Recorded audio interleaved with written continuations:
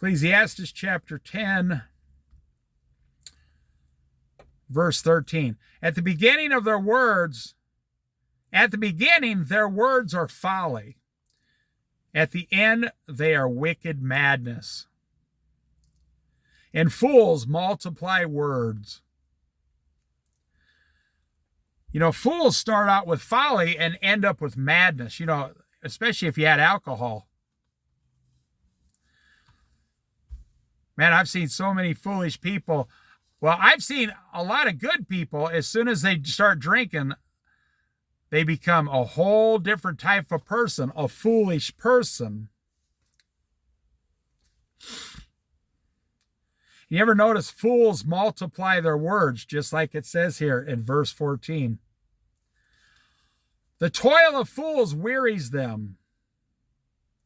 They do not know the way to town. It's funny. The toil of fools makes them weary. You become weary, more tired. It says your constant foolishness is wearing you out because you're not being wise like Jesus wants you to be. The toil of fools wearies them.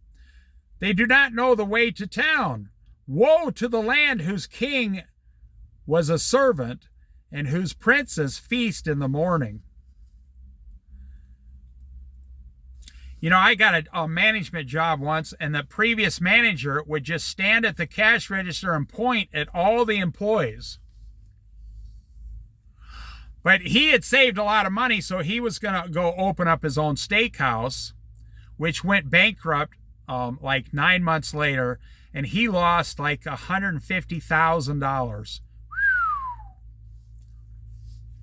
Because he went to his own steakhouse and just stood there pointing at everybody instead of doing the work. Well, when I came in, I was 20 years old, and I only knew, work. I didn't know that you were allowed to stand around. That's good. And so I started working.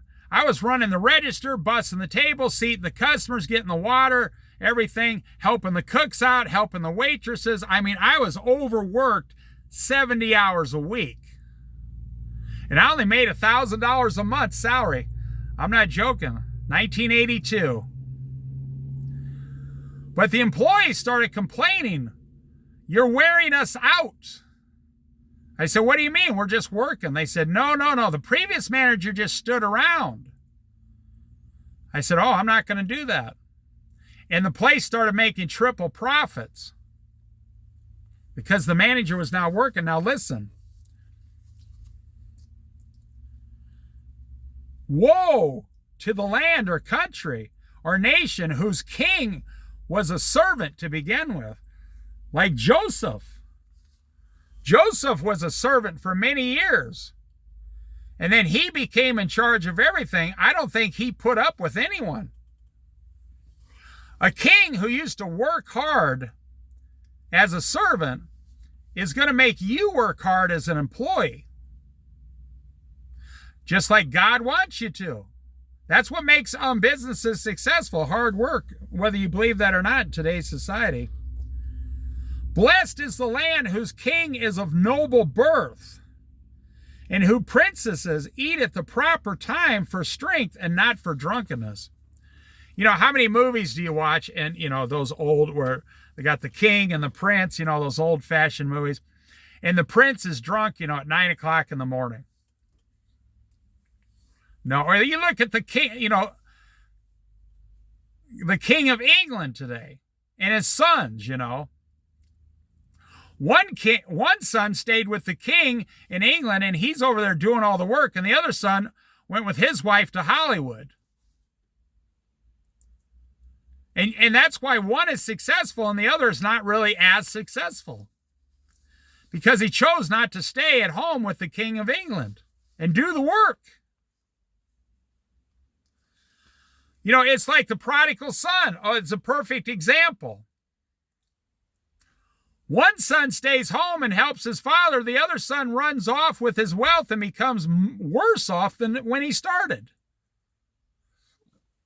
He runs off at age 20, and by age 40, he's completely destroyed himself. But the other son who stayed home to help the father has quadrupled his wealth, even though he may only have $10,000 on him. It's 4 times more than he had when he started. And he lost nothing. And he stayed at home. He still got the servants. He's still in charge. He still works for his father. He still got the land, the food, everything, the bread. He has it all. Because he didn't run off like the prodigal son. Through laziness, the rafters sag. In other words, your 2x4s, your house is falling apart. You ever drive by someone's house and go, holy smokes, someone lives in there? I heard a preacher say, if you're a Christian, if your backyard looks like a tornado hit it, don't tell people you're a Christian. Because you're giving Christianity a bad name.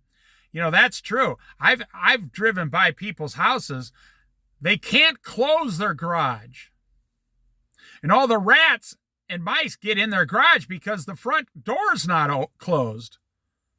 Because their possessions are so full in the garage, it's coming out to the driveway. They can't, it looks like they're having a 24-hour-a-day rummage sale. They can't even close their own garage door because their whole life is that far out of control. There's nothing better than walking into a person's house that's well organized. And they have things, but they're in a place and you can tell their whole life is organized. Nothing worse than walking into a manager's office and the office looks like a complete disaster zone. A feast, because of idle hands, the house leaks.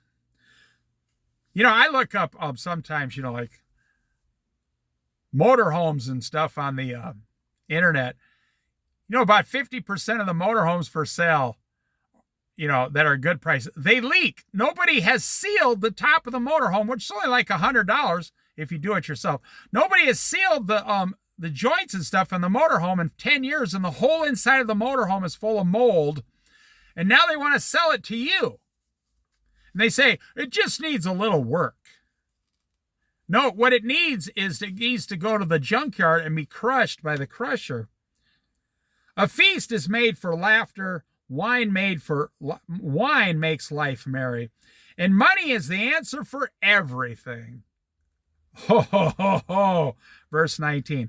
Money is the answer for it. You see, this is the heart of man right here in 2025. We went through the Great Recession of 2008. People kept spending more. We went through COVID. People kept spending more. We went through the extreme inflation. People keep spending more. Now we're in tariffs and things are starting to crumble a little bit. What are people doing? They're spending more and every dime they get. Why? Because a feast is for laughter, wine makes life better, and money is the answer for everything.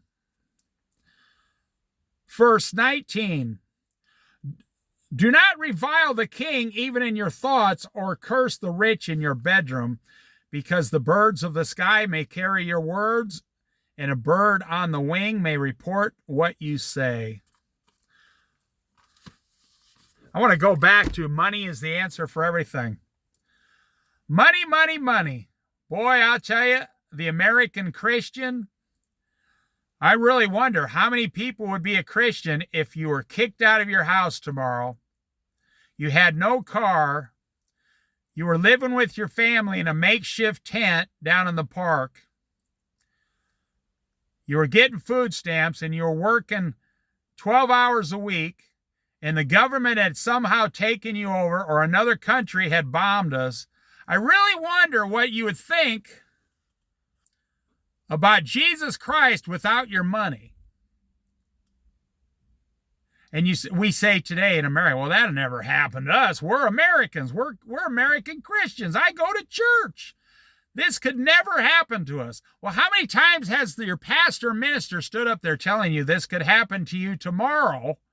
He's been saying it for several years, but you don't want to hear it. You haven't heard one single thing he's talking about.